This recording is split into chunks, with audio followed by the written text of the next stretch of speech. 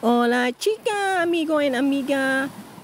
Buenos dias! Welcome to our vlog. So for today's video ay may pupuntahan kami ngayon na matagal ko nang inaasam-asam. Mabuti na nga lamang at nagplano ang aking mga kapatid at kasama niya or mga kamag-anak namin dahil may nagdatingan din ng mga taga Manila at saka ilang mga kaibigan na pumunta sa lugar na ito dahil matagal-tagal ko na nga din inaasam-asaman din na gustong puntahan.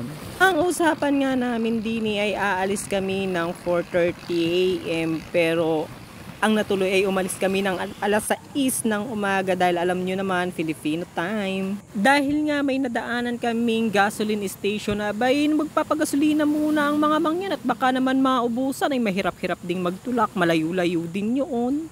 Ay for sure mga full tank ang mga tangke ng mga ito dahil nga sa malayo yung aming pupuntahan i-full tank na yan para hindi magtulak. Napakahirap namang magtulak dahil nga malayo yun.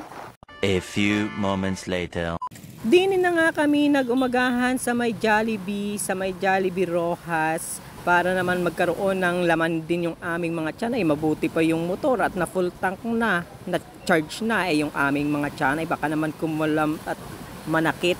Abay, hindi kami nakapag-enjoy sa aming biyahe. Ilang minuto nga lamang ang paghihintay namin. Abay, dumating na din ang aming pagkain. Ay kapugi pa nang nagdala. Siyempre, sinamantala ko ng pagbi-video dahil gwapo nga yung nag-serve sa amin. Abay, siyempre, kinuhanan ko na din siya. Abay, crush ko na wari-ari. Tingnan nyo naman at sa akin ng harapan pinaglalagay yung aking pagkain. Yung aming pagkain. Ay, mauubos ko baga naman yan kung lahat ayan ay ako lang ang kakain. Abay, ang pagkakapal naman ng mukha ko kung ako lang ang kakain na tapos yung aking mga kasamahan ay kumakalamante yan. Ay, wag gayon. Ay siya, ay samahan nyo muna kaming mag-almusal din sa Jollibee Rojas at para naman tayo ay mabusog para may laban tayo sa biyahe. So, enjoy the food. Thank you Lord for the blessings. Kain po tayo.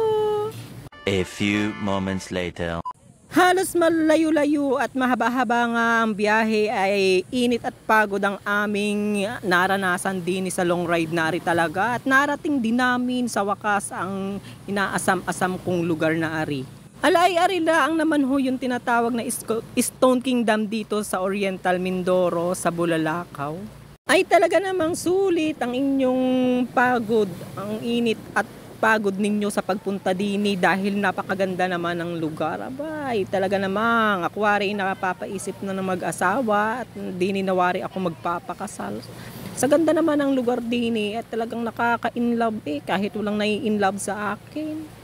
Ay di ayun, ay kami naghanap na ng aming mapipistuhan dahil sobrang init ay wala man lamang masilungan ay buti na lamang ay kahit papaano may kaunting kandong.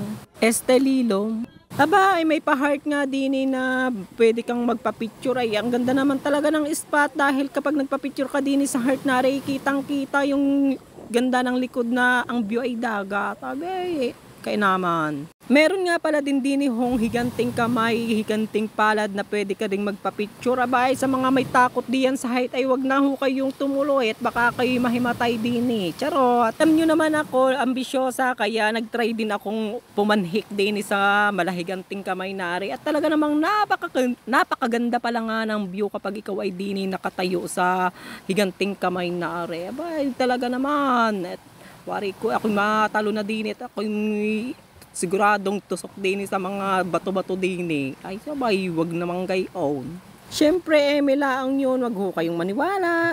Ganda nga ho ng view din sa Bulalakaw, sa Stone Kingdom din or sa Easy Resort.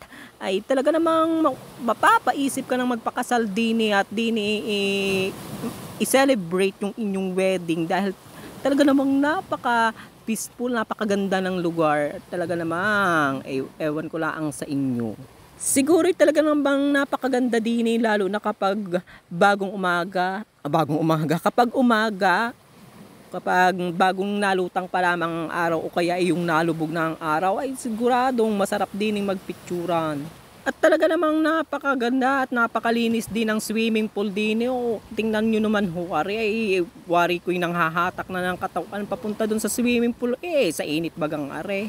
ay pag ako'y nakakita talaga ng aking mapapangasawa ay hayayain ko na dinin na lang kami mag-event ng aming wedding at abay talaga namang i-inlove ka sa place na at talaga namang ulit-ulitin mong pumunta din kahit malayo. Masyado na yata kayo nag-i-enjoy sa aking video. Hanggang dito na lamang po ang aking video. Thank you for watching!